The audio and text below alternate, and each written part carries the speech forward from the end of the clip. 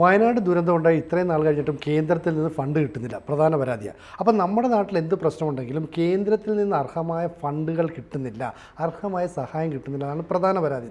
അതായത് ഇവിടെ നിന്ന് കൃത്യമായ റിപ്പോർട്ടുകൾ നൽകാത്തതുകൊണ്ടാണ് കൃത്യമായ സഹായം നൽകാത്തതെന്ന് കേന്ദ്രത്തിൽ നിന്ന് അറിയിപ്പ് നൽകുന്നുണ്ട്. ഇപ്പോൾ ചേച്ചി തന്നെ കഴിഞ്ഞ ദിവസം ഞാൻ വിളിച്ച് പറഞ്ഞു ഇവിടെ ഇല്ല, കേരളത്തിന് പുറത്താണ്. അപ്പോൾ ചോദിച്ചു എവിടെയാണ്? അപ്പോൾ ഡൽഹിയിലാണ്, ചില കാര്യങ്ങൾക്ക് പോയി. എന്തായിരുന്നു ഡൽഹി യാത്ര? സിനുജി ചോദിച്ച ആദ്യത്തെ കാര്യത്തിന് ഉത്തരം പറയാം. വയനാട് ദുരന്തത്തെക്കുറിച്ച് പറഞ്ഞു അല്ലേ, ഇവർ റിപ്പോർട്ട് കൊടുത്തിട്ടുണ്ടോ? മിനിഞ്ഞാന്ന് ഹൈക്കോടതി പറഞ്ഞിട്ടുണ്ട് കൊടുക്കാത്ത റിപ്പോർട്ടിന് എങ്ങനെ സഹായം കിട്ടും. ഞാൻ നമ്മളുടെ ഇത് വന്നല്ലോ, എല്ലാവർക്കും കോവിഡ് വന്നു. ആ സമയത്ത് ഡൽഹിയിലുള്ള സമയത്ത് അന്നത്തെ ഇവിടെ ഇല്ല, നമ്പർ 1 കേരളം, ഇവിടെ കോവിഡ് മരണങ്ങളേ ഇല്ല. ശൈലജ ടീച്ചറെക്കുറിച്ച് ഓസ്ട്രേലിയയിൽ ഇങ്ങനെ തൂങ്ങിക്കിടക്കുന്നു, കേരളം പോലെ ഒരു മനോഹരമായ രാജ്യമില്ല എന്ന് തൂങ്ങിക്കിടക്കുന്നു, എല്ലായിടത്തും തൂക്കിയിട്ടിരിക്കുവാണ് കേട്ടോ. അപ്പോഴാണ് അന്നത്തെ മനോരമയിൽ ഒരു ലേഖനം വരുന്നത്, ഫ്രണ്ട് പേജിൽ തന്നെ. സെൻട്രൽ ഗവൺമെൻറ് മരിച്ച ആൾക്കാർക്ക് ധനസഹായം പ്രഖ്യാപിച്ചിരിക്കുന്നു.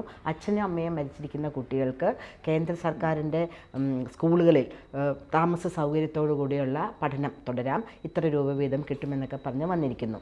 അപ്പോഴാണ് ജനം ഇളകാൻ തുടങ്ങിയത്, മറ്റതൊന്നുമില്ല. ഞാൻ ആരോഗ്യ മന്ത്രാലയത്തിൽ പോയി അവിടുത്തെ ചീഫ് സെക്രട്ടറിയെ കണ്ട് സംസാരിച്ചപ്പോൾ അദ്ദേഹം പറയാണ്, നമ്പർ 1 ആണ് കേട്ടോ കേരളം മരണത്തിൻ്റെ കാര്യത്തിൽ.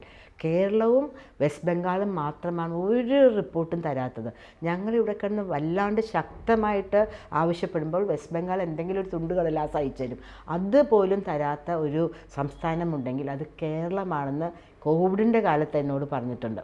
അപ്പം ഞാനിത് കാണിച്ചു കൊടുത്തു. സാർ, ഇന്നത്തെ ഞങ്ങളുടെ ഒരു ലീഡിങ് ന്യൂസ് പേപ്പറിൽ വന്ന റിപ്പോർട്ടാണ്, ഇത്രയധികം കാര്യങ്ങൾ നടക്കുന്നുണ്ട്, അവർ തരട്ടെ, ഞങ്ങൾ കൊടുക്കാൻ തയ്യാറാണ്, അവിടെ ഒരു മരണമേ ഇല്ല എന്ന് നിങ്ങളുടെ ഗവൺമെൻറ് പറയുമ്പോൾ, അല്ല മരണമുണ്ട് എന്ന് ഞങ്ങൾ പറയുകയാണെങ്കിൽ കമ്മ്യൂണിസ്റ്റ് സർക്കാരിനെ പിടിച്ച് താഴെ ഇറക്കാൻ വേണ്ടി കേന്ദ്ര സർക്കാരിൻ്റെ ഊർജിതമായ ശ്രമം എന്നും പറഞ്ഞ് അതായിരിക്കും. ഞങ്ങൾക്കറിയാം മാഡം, ഞങ്ങൾക്കറിയാം കേരളത്തിൽ മരണങ്ങൾ കോവിഡ് കൊണ്ട് തന്നെയാണ് നടക്കുന്നതെന്നറിയാം. ഇപ്പോൾ ഇതൊരു കാരണമാണ്. ജനങ്ങൾ ഇനി വെറുതെ മിണ്ടാണ്ടിരിക്കില്ല, അവർക്ക് കിട്ടാനുള്ള അർഹമായ തുക അവർക്ക് കൊടുത്തിരിക്കണം. സിനുജി ഒരു കാര്യം പറയട്ടെ, ഞാൻ central government nominate to Kerala state social welfare ബോർഡായിരുന്നു. അതോടൊപ്പം തന്നെ മഹിളാ മോർച്ചയുടെ ദേശീയ സെക്രട്ടറിയുമായിരുന്നു. അവർ പറയുന്നൊരു കാര്യമുണ്ട്, അർഹമായ കാര്യങ്ങൾ ഞങ്ങൾ തരുമ്പോൾ അത് ഔദാര്യമായി കാണരുത്. നിങ്ങളുടെ ടാക്സ് പൈസയാണ് ഓരോ ആവശ്യങ്ങൾക്കായിട്ട് ജനങ്ങൾക്ക് തിരിച്ചു കൊടുക്കുന്നത്. ഇവിടെ മണി അടിക്കുന്ന നോട്ട് മെഷീൻ ഇല്ല. നിങ്ങൾ കൊടുക്കുന്ന ജനിച്ചു വീഴുന്ന കുട്ടിക്ക് നമ്മൾ മുഖം കഴുകുമ്പോൾ ആ കുട്ടിയും ടാക്സ് കൊടുക്കുന്നുണ്ട്. 5 വയസ്സുള്ള കുട്ടി ബ്രഷ് പല്ല് തേക്കുമ്പോൾ ആ കുട്ടിയും ടാക്സ് കൊടുക്കുന്നുണ്ട്.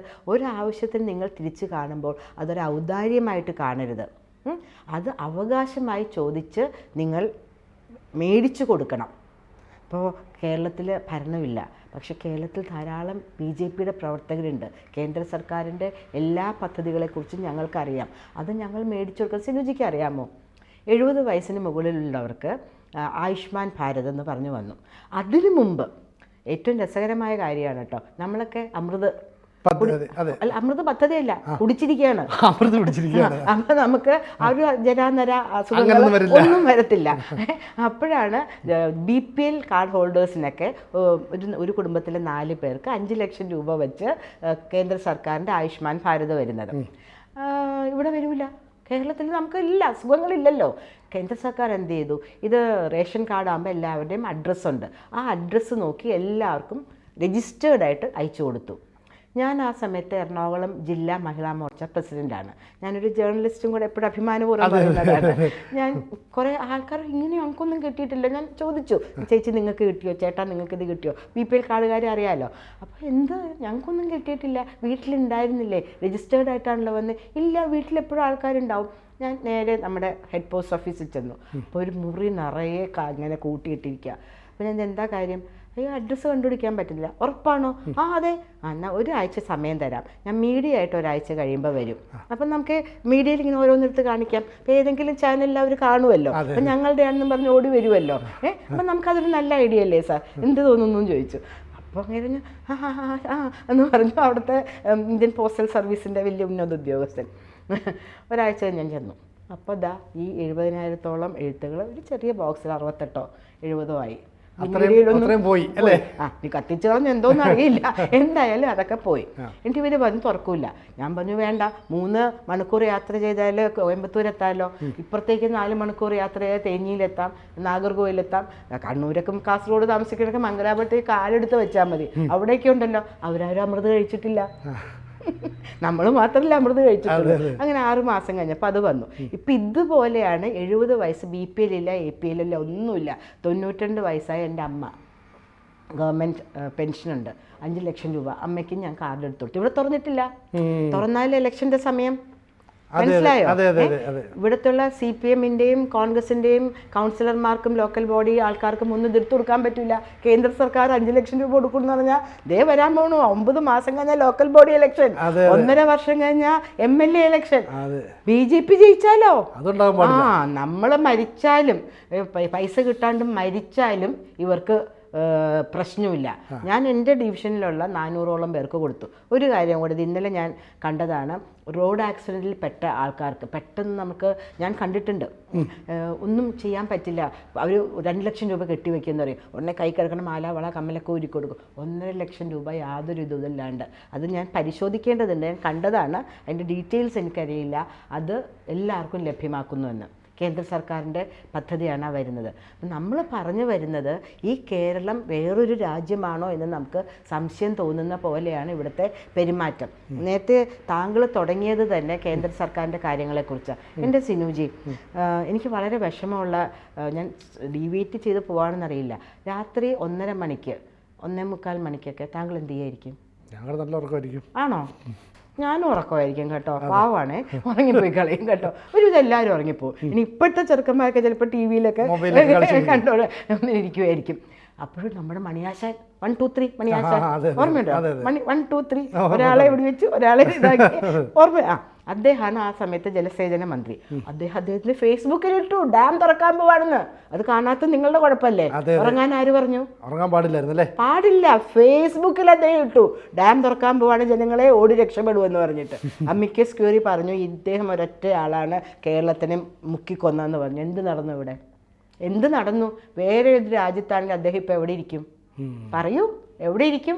ആയി 1 2 3 എണ്ണിക്കൊണ്ടിരിക്കും. ശരിയാണോ? കേരളത്തിൽ ഇതാണ് അവസ്ഥ. അത് കഴിഞ്ഞിട്ട് അന്നും ഞാൻ മഹിളാ മോർച്ചയുടെ ജില്ലാ പ്രസിഡൻ്റാണ്. 10,000 രൂപ കിട്ടാത്ത ആൾക്കാർ. അപ്പം ഞങ്ങൾ ഗൃഹസമ്പർക്കം നടത്തിക്കൊണ്ടിരിക്കുമ്പോൾ കുറച്ചൊക്കെ നല്ല നിലയിലുള്ള ആളുകൾ പറയാം, മോളെ അന്നത്തെ പ്രളയത്തിൽ മരിച്ചു പോയാൽ മതിയായിരുന്നു മോളെ. ഞങ്ങൾ APയിലാണ്, ഞങ്ങളുടെ വീടും ഇവിടെ കിടക്കുന്ന ചെളി പിടിച്ച കാറൊക്കെ കാണുമ്പോൾ അവരുടെ വിചാരം ഞങ്ങൾ വലിയ കാശുകാരാണെന്ന്. ഞങ്ങൾക്ക് കിട്ടിയ പ്രോവിഡൻറ്റ് ഫണ്ടും ഗ്രാറ്റുവിറ്റിയൊക്കെ വെച്ച് ഈ വീട് പുതുക്കി കഴിഞ്ഞാൽ ഞങ്ങൾ എന്തുകൊണ്ട് ജീവിക്കും? അന്ന് മരിച്ചാൽ പോയാൽ മതിയായിരുന്നു മോളെ. ഇന്നും 10,000 രൂപ കിട്ടാത്ത ആൾക്കാരെ എനിക്കറിയാം.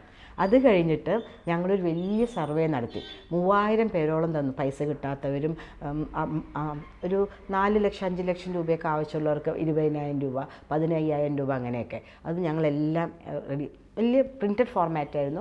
കളക്ടറിനെ കൊണ്ട് കൊടുക്കാനായിട്ട് തീരുമാനിച്ചു. ഉടനെ നമ്മുടെ DYFI സുഹൃത്തുക്കൾ എന്നെ ചുട്ടുകൊല്ലെന്ന് പറഞ്ഞാൽ ഓർമ്മയുണ്ടല്ലോ, അവർ വളരെ ഉഷാറായി. ഗോതുരുത്ത്, പറവൂര്, കളമശ്ശേരി, അങ്ങനെയുള്ള എല്ലാ സ്ഥലങ്ങളും വലിയ വലിയ ഹോർഡിങ്സ്.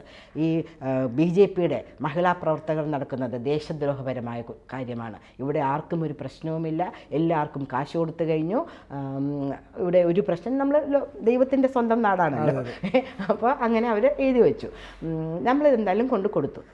സർക്കാരിന് മനസ്സിലായി സംഭവം ശരിയാവില്ല എന്ന്. ക്ലോസ് ചെയ്തു. ഇനി ആരുടെയും അപേക്ഷ എടുക്കില്ല എന്ന് പറഞ്ഞ സർക്കാർ ഒരാഴ്ചയ്ക്കും കൂടെ ഓപ്പൺ ചെയ്തു. നമുക്ക് നല്ല ഇതുണ്ട്. എന്നിട്ട് ഇവിടെ കലൂര് ആയിരുന്നു ആ കോടതി. രാവിലെ ഞാൻ അവിടെ പോയി നിൽക്കുമ്പോൾ പാവപ്പെട്ട ആൾക്കാർ ഇങ്ങനെ പേപ്പറുകളുമായി താങ്ങിപ്പിടിച്ച് നിൽക്കുക. അത് കഴിഞ്ഞ് പറയും ഇതിലൊരു മായ്ക്ക് ആ കുനിപ്പ് ഇങ്ങനെ ശരിയായില്ല, ആ കുനിപ്പൊന്ന് ശരിയാക്കി കൊണ്ടുവരുമെന്ന് പറയും. എന്നിട്ട് ഒന്നും കിട്ടിയിട്ടില്ല. അവരിങ്ങനെ രാവിലെ വരിക, വൈകുന്നേരം പോവുക, രാവിലെ വരിക, വൈകുന്നേരം പോവുക, ഇരുന്ന് കരയുക, മോളെ മോളെ മോളെ. എല്ലാ ദിവസവും ഞാൻ പോവുമായിരുന്നു. എന്താണ് ഇവിടെ സംഭവിക്കുന്നത്? എന്ത് ഭരണമാണ് ഇവിടെ സംഭവിക്കുന്നത്? അപ്പോൾ തുടങ്ങിയത് എന്ത് പറഞ്ഞിട്ടാണ് തുടങ്ങിയത്? നമുക്ക് കേന്ദ്ര സർക്കാരിൻ്റെ ഇത് കിട്ടുന്നില്ല.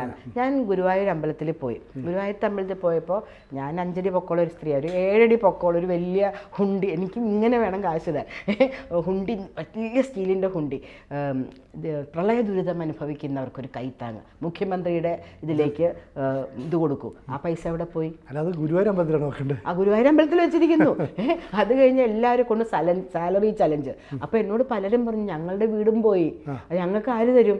ഈ ചാലഞ്ചിന് കൊടുക്കുന്ന പൈസ അതിലിട്ടാൽ എനിക്ക് ഒരു ഭിത്തി പെയിൻ്റ് അടിക്കാം, അല്ലെങ്കിൽ എൻ്റെ കക്കൂസ് റിപ്പയർ ചെയ്യാം. നമുക്ക് ചോദിക്കാനും പറയാനും ഇല്ലാത്തൊരു വ്യവസ്ഥയായിട്ട് മാറിയിരിക്കുന്നു. അപ്പോൾ ഞാൻ ചോദിക്കട്ടെ, ഈ കേന്ദ്രത്തിൽ നിന്നുള്ള കിട്ടുന്ന ഫണ്ട് അഥവാ അനുവദിക്കുന്നത് തന്നെ കേരളം കട്ടുമുടിക്കുന്നു എന്നാണ് പറഞ്ഞത്. അതറിഞ്ഞൂടെ? പ്രളയത്തിന് വന്ന ഫണ്ട് റോഡുകൾ പണിയണു, വെള്ളം അവിടെ അടുത്തു കൂടെ പോലും പോയിട്ടില്ല, റോഡിലൊന്നും പറ്റിയിട്ട് പോലും ഇല്ല. അങ്ങനെ ആണ് ഇവിടെ ഓരോന്ന് കാര്യങ്ങൾ നടക്കുന്നത്. അതുപോലെ തന്നെ നമ്മൾ നോക്കുകയാണെങ്കിൽ പല ഓഖി ദുരന്തത്തിന് വന്ന ഫണ്ട് എവിടെ പോയി? പല ദുരന്തങ്ങൾക്കും ഇവിടെ വരുന്ന ഫണ്ടുകൾ വകമാറ്റി ഇവർ ചെലവഴിക്കുന്നു. അല്ലെങ്കിൽ ഒരു പ്രധാന മുഖ്യമന്ത്രി, ഇപ്പോൾ അത് വലിയ നടക്കുവാണല്ലോ, മുഖ്യമന്ത്രിയുടെ ദുരിതാശ്വാസ ഫണ്ടിൽ നിന്ന് MLA മരിച്ചപ്പോൾ അദ്ദേഹത്തിൻ്റെ കുടുംബത്തിന് കൊടുത്തു. ആ കൊടുത്ത രൂപ ഇവിടെ എന്താണ് കൃഷി ചെയ്യുന്ന ഒരാൾക്കോ, അല്ലെങ്കിൽ നമ്മുടെ റോഡ് ക്ലീൻ ചെയ്യുന്ന ആൾക്കോ, അല്ലെങ്കിൽ ഹരിത കർമ്മസേനയിൽപ്പെട്ട ഒരാളോ മരിച്ചാൽ കൊടുക്കില്ല. അവർക്കല്ലേ അത് കൂടുതൽ ആവശ്യം. അവരുടെ കുഞ്ഞിനല്ലേ ഒരു ജോലി, അവരുടെ കുഞ്ഞ് എഞ്ചിനീയറിംഗ് പാസ്സായിട്ടിരിക്കുന്നുണ്ടെങ്കിൽ, അദ്ദേഹം മരിച്ചിട്ടുണ്ടെങ്കിൽ അദ്ദേഹത്തിനല്ലേ ആ എഞ്ചിനീയറുടെ ജോലി കൊടുക്കേണ്ടത്? നമ്മുടെ ചിന്താശക്തി നഷ്ടപ്പെട്ടു പോയി. അല്ലെങ്കിൽ നമ്മൾ വേറെ എന്തോ ഒരു മാനസിക വിഭ്രാന്തി വന്ന പോലെയാണ് നമ്മളുടെ ജനങ്ങൾ പ്രതികരിക്കാതിരിക്കുന്നതും മന്ത്രിമാർ പ്രതികരിക്കുന്നതും കാര്യങ്ങളോട്. അപ്പോൾ എന്തായാലും ഈ കേന്ദ്ര സർക്കാരിൻ്റെ ഫണ്ടുകൾ എങ്ങനെയാണ് കേരളത്തിലെ സർക്കാർ അല്ലെങ്കിൽ കേരളത്തിലെ അധികൃതർ തട്ടിയെടുക്കുന്നത് അല്ലെങ്കിൽ വഴി മാറ്റി ചെലവഴിക്കുന്നതൊക്കെ വ്യക്തമായിട്ട് നമ്മോട് പറഞ്ഞത്. അല്ല സിനുജി, ഇവർ കൊടുക്കുന്നില്ല. അപ്പോൾ കേന്ദ്ര സർക്കാർ ഫണ്ടുകൾ വരാനും ഇവരൊന്നും കൊടുക്കുന്നില്ല. ഇവർ ഈ മീഡിയയിൽ കൂടെ നല്ല ഏജൻസിയാണ് കേട്ടോ, അതിൽ കൂടെ കാണിക്കുന്നതല്ലാണ്ട് വേറെ ഒരു തരത്തിൽ, ഞാൻ പറഞ്ഞല്ലോ, ഒരു റിപ്പോർട്ടോ കാര്യങ്ങളോ, ഇപ്പോൾ ഹൈക്കോടതി മിനിങ്ങാന്ന് പറഞ്ഞു റിപ്പോർട്ട് കൊടുക്കൂ, റിപ്പോർട്ട് കൊടുക്കാണ്ട് വെറുതെ ഇങ്ങോട്ടേക്ക് പൈസ തരാൻ പറ്റുമോ? ആ കേന്ദ്ര സർക്കാർ പൈസ തരുന്നില്ല എന്ന് പറഞ്ഞാൽ നമ്മളിതിന് ആവശ്യമായ ഡോക്യുമെൻറ്റ്സ് അവിടെ എത്തിക്കുന്നില്ല. ഞാൻ കണ്ണാലെ കണ്ട കാര്യങ്ങളാണ് ഈ പറയുന്നത്. അപ്പോൾ എന്തായാലും ഫണ്ട് കിട്ടുന്നില്ല എന്നുള്ള പരിവേദന മാത്രം ജനങ്ങൾ ദുരിതത്തിൽ കേന്ദ്രത്തിൽ നിന്ന് അർഹമായ പൈസ മേടിച്ചെടുക്കാൻ ഇവർ തയ്യാറാകുന്നില്ല. അല്ലെങ്കിൽ ആ ഫണ്ട് എന്ന് പറയുന്നത് BJP സർക്കാർ നൽകിയതാണല്ലോ എന്നുള്ളൊരു ചിന്ത. എന്തായാലും ഈ ഒരു സ്ഥിതിക്ക് മാറ്റം വരുമോ എന്നുള്ളത് ഈ നിരന്തരം ജനങ്ങൾ പ്രക്ഷോഭമായിട്ട് ഇറങ്ങുക, ആവശ്യക്കാർ ഈ സർക്കാരിനെ ചെന്ന് നിരന്തരം ബുദ്ധിമുട്ടിക്കുക. ഒരു കാര്യം കൂടെ പറഞ്ഞോട്ടെ, നമ്മൾ സമയം കഴിഞ്ഞു എന്നറിയാം. നമുക്ക് ചെങ്ങന്നൂർ ഒരു ബൈ ഇലക്ഷൻ നടക്കുകയാണ്, ഒരു 4-5-6 കൊല്ലമായി കേട്ടോ. ആ സമയത്ത് നമ്മളിങ്ങനെ നടക്കുമ്പോൾ ഒരു വീട്ടുകാർ പറഞ്ഞു, ഇവിടെ മുഴുവൻ ചെങ്കല്ല് റോഡാണ്, ഇവിടെ റോഡ് തന്ന വോട്ട് BJPക്ക്. ഞാൻ അവിടെ നിന്നുകൊണ്ട് നിതിൻ ഗഡ്കരി സാറിൻ്റെ ഓഫീസിലേക്ക് വിളിച്ചു. 3000 കോടി രൂപ ഗ്രാമീൺ സഡക്ക് യോജനയിലേക്ക് കേരളത്തിലേക്ക് കൊടുത്തിട്ടുണ്ട്, നിങ്ങൾക്ക് വേണ്ട?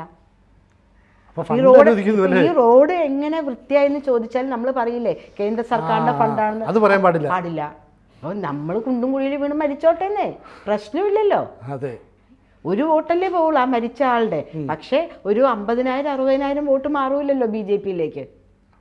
ഇതാണ് ഇവിടുത്തെ ആറ്റിറ്റ്യൂഡ്. എന്തെങ്കിലും മാറ്റം വരുമെന്നുള്ളത് നമുക്ക് കാത്തിരിക്കാം.